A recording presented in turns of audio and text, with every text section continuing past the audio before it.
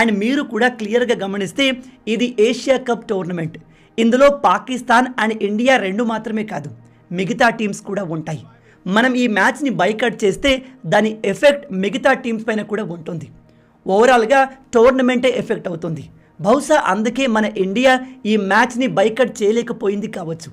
కానీ భారత్ చాలా క్లియర్గా చెప్పింది, ఇండియా పాకిస్తాన్ మధ్య బైలాటరల్ మ్యాచెస్ జరగవు అని. అంటే టోర్నమెంట్ కాకుండా కేవలం రెండు దేశాల మధ్య జరిగే ఫ్రెండ్షిప్ మ్యాచ్ కావచ్చు, ఇంకా ఏ రకమైన మ్యాచ్ కావచ్చు, అలాంటివి ఏవి కూడా ఇండియా పాకిస్తాన్ మధ్య జరగవు అని క్లియర్గా చెప్పింది. ఇక దీనిపై ప్రజలు ఎలా రియాక్ట్ అవుతున్నారు అంటే ఆబ్వియస్లీ మన భారతీయులు దీన్ని సపోర్ట్ చేస్తున్నారు. మన ప్లేయర్స్ చూపించిన వాళ్ళ దేశభక్తిని పొగుడుతున్నారు. ఎట్ ద సేమ్ టైం కొంతమంది ఇలాంటి పాలిటిక్స్ని క్రికెట్లో ఇన్వాల్వ్ చేయకూడదు అని చెప్తున్నారు. ఇది స్పిరిట్ ఆఫ్ స్పోర్ట్స్కి అగెన్స్ట్ అవుతుంది అని చెప్తున్నారు. దీనిపై పాకిస్తాన్ ఎలా రియాక్ట్